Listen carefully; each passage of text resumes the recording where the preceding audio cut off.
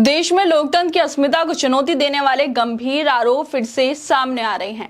कांग्रेस नेता राहुल गांधी ने चुनाव आयोग और भाजपा पर बड़े पैमाने पर वोटर लिस्ट में धांधली और फर्जी मतदाताओं के शामिल होने का आरोप लगाया, जो सीधे देश की लोकतांत्रिक प्रक्रिया पर सवाल उठाता है। खासतौर पर कर्नाटक के महादेवपुरा विधानसभा क्षेत्र और महाराष्ट्र विधानसभा चुनाव में राहुल गांधी ने यह दावा किया कि यह लाखों वोटों की चोरी हुई। उन्होंने महादेवपुरा में 1 लाख से ज्यादा वोटों की चोरी और महाराष्ट्र में 40 लाख रहस्यमय वोटरों के नामों के जुड़ने का खुलासा किया।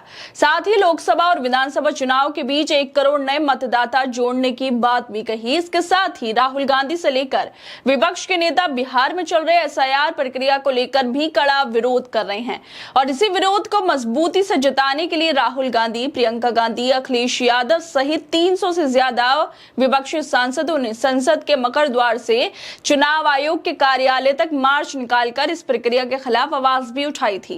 मार्च के दौरान विपक्ष के नेताओं को पुलिस ने हिरासत में ले लिया, जिससे देश भर में राजनीति भी गर्मा गई थी। इन प्रदर्शन में जब सांसदों को आगे बढ़ने से रोका गया, तब समाजवादी पार्टी के प्रमुख अखिलेश यादव को बैरिकेडिंग पार करने की कोशिश करते हुए भी देखा गया। राहुल गांधी ने इस आंदोलन को संविधान और लोकतंत्र की रक्षा की लड़ाई बताया और जोर देकर कहा कि देश में एक व्यक्ति, एक वोट की पूरी गारंटी होनी चाहिए।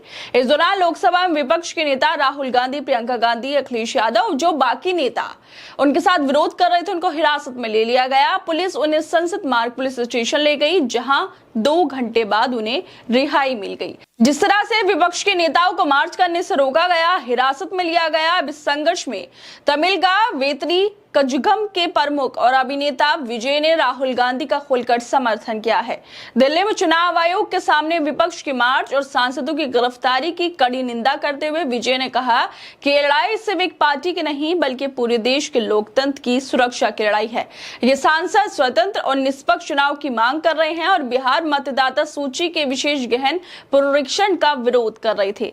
विजय ने दोहराया कि स्वतंत्र और निष्पक्ष चुनाव लोकतंत्र की नींव है और चुनाव आयुक्तों की नियुक्ति आम सहमति से होनी चाहिए, ताकि जनता का भरोसा बना रहे।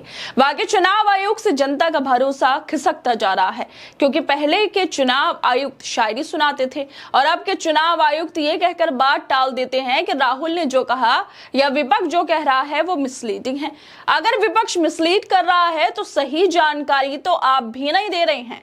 चुनाव आयोग ही बता दे क्या सही है और क्या गलत है, लेकिन चुनाव आयोग को बताना कुछ नहीं है और विपक्ष खुलासे कर रहा है तो उस पर जवाब भी नहीं दे रहे हैं।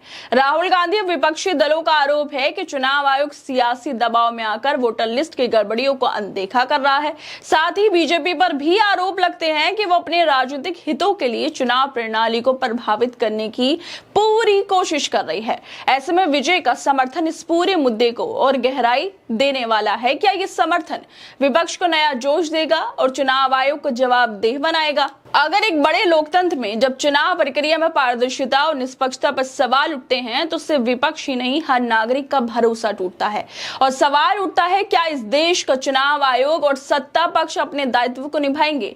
विजय का राहुल गांधी के साथ खड़ा होना इस सवाल का जवाब ढूंढने की शुरुआत हो सकता है, लेकिन फिर भी बात वही है, सवाल यही है कि आखिरकार इतनी बड़ी गड़बड़ियों पर जिस तरह से राहुल गांधी ने आरोप लगाए हैं, महाराष्ट्र चुनाव को लेकर आरोप लगाए हैं, कर्नाटक की जो सीटें हैं वहां पर आरोप लगाए हैं कि लाखों लाखों फर्जी वोटर हैं, लेकिन चुनाव आयोग जो है वो जवाब देने को तैयार नहीं है, बल्कि शपथ पत्र के लिए कहता है राहुल गांधी से कि आप साइन कर दो, लेकिन जवाब कौन देगा?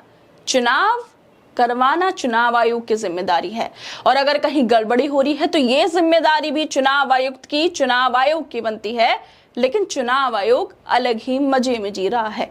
खैर दोस्तों, आप लोगों को क्या लगता है इस वीडियो को लेकर? हमें अपनी राय जरूर दें। बाकी तमाम खबरों को देखने के लिए जुड़े रहिए हमारे साथ।